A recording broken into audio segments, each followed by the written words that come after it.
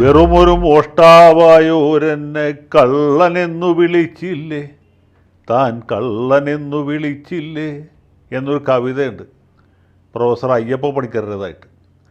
സത്യം പറഞ്ഞാൽ നമ്മുടെ മുഖ്യമന്ത്രിയുടെ വാർത്താ സമ്മേളനം കേട്ടപ്പോൾ എനിക്ക് വലിയ മനസ്താപമുണ്ടായി. ആ സമയത്ത് ഞാൻ മാതൃഭൂമി ചാനലിൽ ഉണ്ടായിരുന്നു. മുഖ്യൻ എന്തൊക്കെയാണ് പറഞ്ഞു, 1.25 മണിക്കൂർ പുള്ളി ലോകത്തുള്ള പല കാര്യങ്ങളെക്കുറിച്ച് ചോദിച്ചു. അവസാനം മാധ്യമപ്രവർത്തകർ ചോദിച്ച ചില ചോദ്യങ്ങൾക്ക് ഉത്തരം പറഞ്ഞു. മാധ്യമപ്രവർത്തകർക്ക് പ്രധാനമായിട്ട് അറിയേണ്ടിയിരുന്നത് തൃശ്ശൂർ പൂരം കലക്കിയതിനെക്കുറിച്ചും, അതുപോലെ PV Anvar MLA additional DGP Ajith കുമാറിനെതിരായിട്ട് പൊളിറ്റിക്കൽ സെക്രട്ടറി P ശശിക്കെതിരായിട്ട് ഉന്നയിച്ച ആരോപണങ്ങളെക്കുറിച്ചിട്ടൊക്കെയായിരുന്നു. മുഖ്യമന്ത്രി എല്ലാത്തിനും മറുപടി പറഞ്ഞു എന്ന് മാത്രമല്ല, പല വിധത്തിലുള്ള ദുസ്സൂചനകൾ അതിൻ്റെ അകത്ത് കുത്തിച്ചെലുത്താനും മറന്നില്ല. അദ്ദേഹം അൻവർ ചെയ്തത് തെറ്റായിപ്പോയി, ഒരു MLA എന്നുള്ള നിലയ്ക്ക് ചെയ്തത് തെറ്റായിപ്പോയി, ഫോൺ റെക്കോർഡ് ചെയ്തത് തെറ്റായിപ്പോയി, ഒരു പാർട്ടിക്കാരൻ ഇങ്ങനെയല്ല ചെയ്യേണ്ടിയിരുന്നത്, എന്തെങ്കിലും പരാതി ഉണ്ടെങ്കിൽ ആദ്യം ആ പാർട്ടിയുടെ ബ്രാഞ്ചിൽ കൊടുക്കണം, പിന്നെ ലോക്കലിൽ കൊടുക്കണം, ഏരിയയിൽ കൊടുക്കണം, ഏരിയ കമ്മിറ്റി കഴിഞ്ഞ് ജില്ലാ കമ്മിറ്റി, അത് കഴിഞ്ഞ് സ്റ്റേറ്റ് കമ്മിറ്റി, അതല്ല വേറെ എന്തെങ്കിലും പരാതിയാണെങ്കിൽ അത് മുഖ്യമന്ത്രിയായ അദ്ദേഹത്തെ നേരിട്ട് കണ്ട് കൊടുക്കണം. അതിന് പകരം ആദ്യം തന്നെ പത്രസമ്മേളനം നടത്തിയത് തെറ്റായിപ്പോയി. അത് പത്രസമ്മേളനം നടത്തരുത് എന്ന് പറയാൻ വേണ്ടി വിളിച്ചപ്പോൾ ഫോൺ സ്വിച്ച് ഓഫ് ചെയ്തു. മറ്റൊരാൾ വഴിക്ക് പറഞ്ഞയച്ചപ്പോൾ ഇദ്ദേഹം ഗൗനിച്ചില്ല, പിന്നെയും പത്രസമ്മേളനം നടത്തി. അത് കഴിഞ്ഞ് മുഖ്യമന്ത്രിയെ നേരിട്ട് വന്ന് കണ്ടു, അതിനുശേഷം പിന്നെയും പത്രസമ്മേളനം നടത്തി. ഇങ്ങനെ നിരന്തരമായി പത്രസമ്മേളനം നടത്തിക്കൊണ്ടിരിക്കുന്ന ഒരു കമ്മ്യൂണിസ്റ്റ് രീതിയല്ല എന്ന് പറഞ്ഞ് നമുക്ക് മനസ്സിലാക്കാം. പക്ഷേ അതുകൊണ്ട് നിർത്തിയില്ല.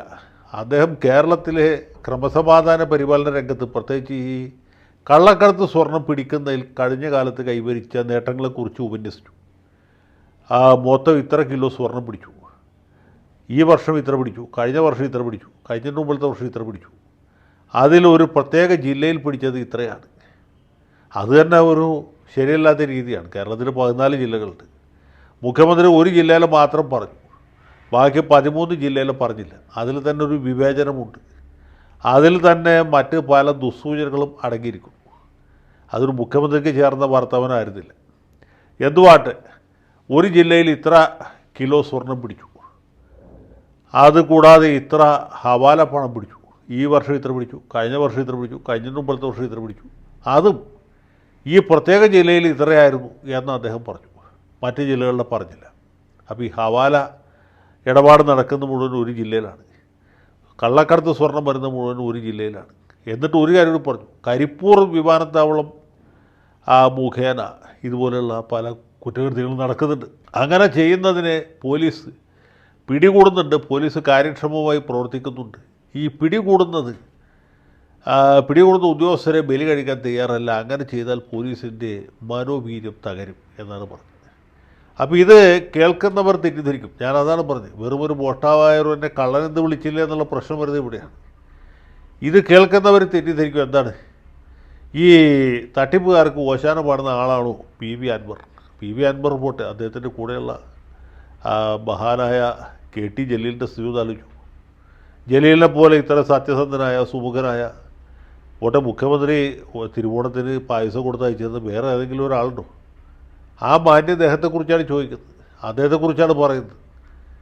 എന്ത്, അദ്ദേഹത്തിൻ്റെ കൂടി ജില്ലയിൽ ഹവാല ഇടപാടുകൾ നടക്കുന്നു, അല്ലെങ്കിൽ കള്ളക്കടത്ത് സ്വർണം പ്രവഹിക്കുന്നു, അത് പിടിക്കുന്ന പോലീസുകാർക്കെതിരെ ആരോപണങ്ങൾ ഉയരുന്നു, അവരുടെ മനോവീര്യം കെടുത്തുന്ന രീതിയിലുള്ള പരാമർശങ്ങളുണ്ടാവും.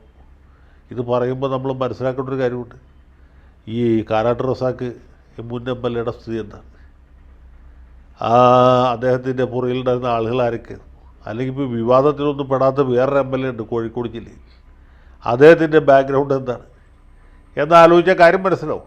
ഒരു കള്ളക്കടത്ത് സ്വർണ്ണം എങ്ങനെയാണ് വരുന്നത്, ആരൊക്കെയാണ് ഇതിൻ്റെ ഇടനിലക്കാർ എന്നൊക്കെയുള്ള ചോദ്യങ്ങൾ, പല ചോദ്യങ്ങളും മുഖ്യമന്ത്രി പറയാത്തത് കൂടി ജനങ്ങളുടെ മനസ്സിലേക്ക് വരും. അപ്പോൾ ഇങ്ങനെയൊക്കെയുള്ള പല ഗുലുമാലുകളും പുള്ളി ഒപ്പിച്ചു. ഈ മാധ്യമപ്രവർത്തകരാണെങ്കിൽ ഇതിനൊക്കെ ചോദിച്ച് ഇദ്ദേഹത്തിന് കൃത്യമായ ഉത്തരം കൊടുക്കാൻ പാകത്തിലുള്ള ചോദ്യങ്ങൾ ചോദിച്ചുകൊണ്ടേയിരുന്നു. അതാണ് അതിൻ്റെ കൗതുകരമായിട്ടുള്ള വശം. മുഖ്യമന്ത്രി തുടങ്ങിയത് തന്നെ മാധ്യമങ്ങളെ ചളക്കിക്കൊണ്ടാണ്. എങ്കിൽ പോലും മാധ്യമപ്രവർത്തകർ ഇദ്ദേഹത്തിൻ്റെ മുമ്പിൽ വാക്കയും പൊത്തി നിന്ന് അദ്ദേഹത്തിന് ഉത്തരം പറയാൻ പാകത്തിനുള്ള ലളിതമായ ഉത്തരങ്ങൾ പറയാവുന്ന രീതിയിലുള്ള ചോദ്യങ്ങൾ ഇങ്ങനെ ഇട്ട് കൊടുത്തുകൊണ്ടിരുന്നു. അദ്ദേഹം അതൊക്കെ കൃത്യമായിട്ട് കണക്കാക്കി. ഈ ക്രിക്കറ്റ് കളിയിൽ ലൂസ് ബോൾ വരുമ്പോൾ അട്ടിക്ക് താട്ടിയിട്ട് അങ്ങനത്തെ ഭീകരമായ ബാറ്റിങ് ഗംഭീരമാണ്, അതില്ലെന്ന് പറയാൻ പറ്റില്ല. അപ്പോൾ ഇങ്ങനെയുള്ള ഒരുപാട് ദുസ്സൂചനകൾ ഈ പത്രസമ്മേളനത്തിൽ ഉണ്ടായിരുന്നു എന്നാണ് എനിക്ക് ആദ്യമായിട്ട് അതിനെക്കുറിച്ച് പറയാനുള്ള പരാതി. ഇനിയിപ്പോൾ സ്വർണ്ണക്കടത്ത് നടക്കുന്നുണ്ട്, ഹവാല ഇടപാട് നടക്കുന്നുണ്ടെന്ന് വിചാരിച്ചു. അതും അൻവറിനെ കുറിച്ചുള്ള ചോദ്യത്തിന് ഉത്തരമായിട്ട് എന്താ ബന്ധമുള്ളത്? അൻവർ ഇങ്ങനെയുള്ള ആരെങ്കിലും പിന്തുണച്ചു എന്ന ആർക്കെങ്കിലും ആക്ഷേപമുണ്ടോ? ഇല്ല.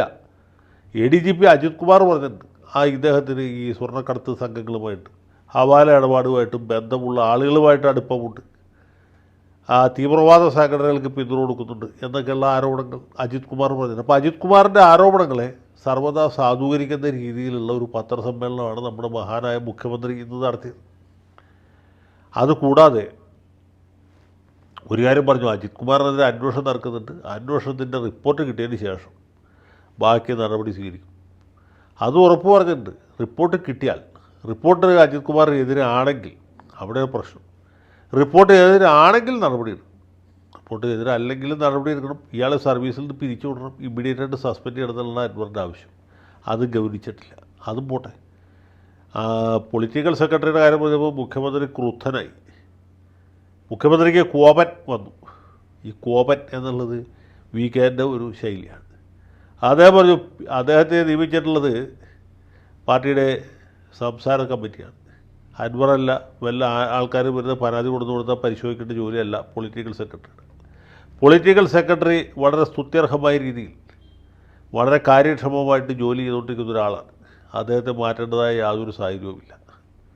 ഇതാണ് മുഖ്യമന്ത്രിയുടെ സ്റ്റാൻഡ്. അപ്പോൾ പൊളിറ്റിക്കൽ സെക്രട്ടറിയെ തൊടാൻ തയ്യാറില്ല, ADGPക്ക് പ്രൊമോഷൻ കൊടുക്കാൻ തയ്യാറായിട്ട് നിൽക്കുന്നത്.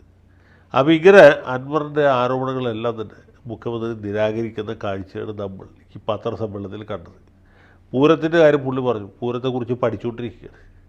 ആ റിപ്പോർട്ട് ഉടനെ വരും, റിപ്പോർട്ട് വന്നതിന് ശേഷം ബാക്കി കാര്യങ്ങൾ ആലോചിക്കാം. അപ്പോൾ ചുരുക്കി പറഞ്ഞാൽ ഈ ഒരാരോപണവും അന്വേഷിക്കാനോ അതിൽ ഫലപ്രദമായ നടപടി എടുക്കാനോ സർക്കാർ തയ്യാറല്ല. ആരോപണങ്ങൾ ഉന്നയിച്ച പാവ അൻവർ, അദ്ദേഹത്തിൻ്റെ കാര്യം കഷ്ടത്തിലായി.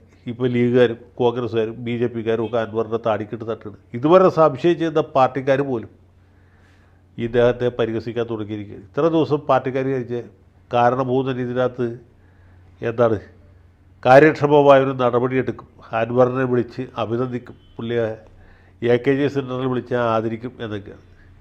അൻവർ ഈ കൃത്യമായ സമയത്ത് യുക്തമായ അഭിപ്രായ പ്രകടനങ്ങളിലൂടെ പോലീസിൻ്റെ കാര്യക്ഷമത വർദ്ധിപ്പിച്ചു, ആഭ്യന്തര വകുപ്പിൻ്റെ വന്നുകൊണ്ടിരുന്ന പാളിച്ചകൾ ചൂണ്ടിക്കാട്ടി, അങ്ങനെ തിരുത്താൻ ഉള്ള അവസരം നൽകി എന്നൊക്കെ പറഞ്ഞ് ഇദ്ദേഹത്തെ അനുമോദിക്കും, ആദരിക്കും, മിക്കവാറും പൊന്നാട അണിയിക്കും എന്നൊക്കെ വിചാരിച്ച് ഈ ക്യാപ്സൂൾ നിർമ്മാതാക്കളും അതുപോലെ തന്നെ ന്യായീകരണ തൊഴിലാളികളൊക്കെ സംശയിച്ച് നിൽക്കരുത്. മാത്രവുമല്ല, ഈ ഇടതുപക്ഷക്കാരായിട്ട് അഭിനയിക്കുന്ന ചില പോപ്പുലർ ഫ്രണ്ടുകാരും അവരിൽ നിന്ന് പട്ടും വളയം വായിക്കുന്ന ചില മാധ്യമപ്രവർത്തകരും അൻവറിനെ മുൻകൂട്ടി സ്തുതിക്കാൻ തുടങ്ങി. RSSൻ്റെ ഹെഡ്ക്വാർട്ടേഴ്സിൽ നിന്നാണ് കേരള പോലീസിന് നിർദ്ദേശങ്ങൾ സമയാസമയങ്ങളിൽ കിട്ടിക്കൊണ്ടിരിക്കുന്നതെന്നൊക്കെ പറഞ്ഞ ആൾക്കാർ വരുന്നുണ്ട്. കേരള പോലീസിൻ്റെ ആസ്ഥാനം നാഗ്പൂരാണ് എന്നൊക്കെ എഴുതി വിട്ട ചില വലിയ മാധ്യമപ്രവർത്തകരൊക്കെ ഉണ്ട്. ഇപ്പോൾ ഇവരൊക്കെ എന്ത് ചെയ്യും? മുഖ്യനെ കുറ്റപ്പെടുത്തിക്കൊണ്ട് പോസ്റ്റ് ഇടുമോ? അതോ ഈ മുഖ്യൻ പറഞ്ഞാൽ ശരി, അൻവർ പറഞ്ഞാൽ എല്ലാം ശരി എന്നൊക്കെ പറയൂ? നമുക്കറിയില്ല. അങ്ങനെയൊക്കെ ചെയ്യാൻ പഠിക്കാത്തവരാണ് ഈ സാംസ്കാരിക നക്കികളും മാധ്യമപ്രവർത്തകരും. അതുകൊണ്ട് അത്ഭുതത്തിന് അവകാശമില്ല. ഇന്നലെ വരെ അൻവർ പറഞ്ഞത് ശരിയായിരുന്നു, ഇന്ന് മുഖ്യൻ പറഞ്ഞതാണ് ശരി എന്ന് പറയാനും അവർക്ക് ഉളുപ്പൊന്നും ഉണ്ടാകുകയില്ല. എങ്കിലും അൻവറിനോട് ചെയ്തത് ശരിയായില്ല. മുഖ്യമന്ത്രിക്ക് ഇങ്ങനെയായിരുന്നു അഭിപ്രായമെങ്കിൽ നേരത്തെ പറയായിരുന്നു. അൻവറിൻ്റെ ആദ്യത്തെ പത്രസമ്മേളനം കഴിഞ്ഞപ്പോൾ തന്നെ പണ്ട് മുഖ്യം പറഞ്ഞ പോലെ നാവ് വാടക കൊടുക്കരുത് എന്ന് പറഞ്ഞെങ്കിൽ പ്രശ്നം തീരാവുന്നുണ്ടായിരുന്നു. ഇത് ഈ പാവ അൻവറിനെ കൊണ്ട് പരമാവധി കാര്യങ്ങൾ പറയിപ്പിച്ചു, പരമാവധി ആരോപണങ്ങൾ ഉന്നയിപ്പിച്ചു, ഫോൺ റെക്കോർഡ് ചെയ്തത് തെറ്റായിപ്പോയി എന്ന് പറഞ്ഞു. ഇതൊക്കെ മുഖ്യമന്ത്രി നേരത്തെ പറയേണ്ടതായിരുന്നു. മുഖ്യമന്ത്രി ചെയ്തത് ശരിയല്ലെന്നാണ് എൻ്റെ അഭിപ്രായം. മുഖ്യനിങ്ങനൊരു അഭിപ്രായം ഉണ്ടെങ്കിൽ അത് നേരത്തെ പറഞ്ഞ്, അല്ലെങ്കിൽ മലപ്പുറം DC സെക്രട്ടറി വിളിച്ച് പറഞ്ഞിട്ടെങ്കിൽ ഈ പ്രശ്നം ഒഴിവാക്കുകയാണ് ചെയ്യേണ്ടിയിരുന്നത്. പണ്ട് KT ജലീൽ ഇങ്ങനെ AR നഗർ കോഓപ്പറേറ്റീവ് ബാങ്കിനെതിരായിട്ട് എൻഫോഴ്സ്മെൻറ്റ് ഡിപ്പാർട്ട്മെൻറ്റ് പരാതി കൊടുത്തപ്പോൾ മുഖ്യമന്ത്രി അത്ര നിശ്ചിതമായിട്ടാണ് അൻവറിനെ നമ്മുടെ ജലീലിനെ ഭീഷണിപ്പെടുത്തി ആ പരാതി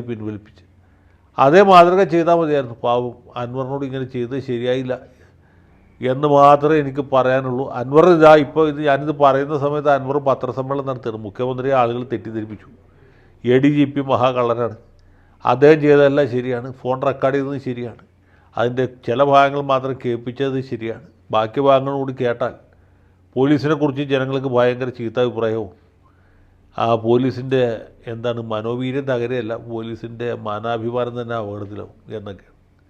ഏതായാലും അൻവറിനെ ആരെങ്കിലും തെറ്റിദ്ധരിപ്പിച്ചാണോ, ഇനി അൻവറിൻ്റെ വാക്ക് മുഖ്യൻ തെറ്റായിട്ട് ധരിച്ചാണോ, എന്തൊക്കെ സംഭവം എന്നറിയില്ല. കാര്യങ്ങൾ ഏതായാലും ജില്ലായിട്ട് നടക്കുന്നുണ്ട് എന്ന് മാത്രം ഇവിടെ അഭിപ്രായം രേഖപ്പെടുത്തുകയാണ്. എന്നാലും അൻവറിനോട് ചെയ്തത് ശരിയായില്ല എന്ന അഭിപ്രായം ഒരിക്കൽ കൂടി ആവർത്തിക്കും.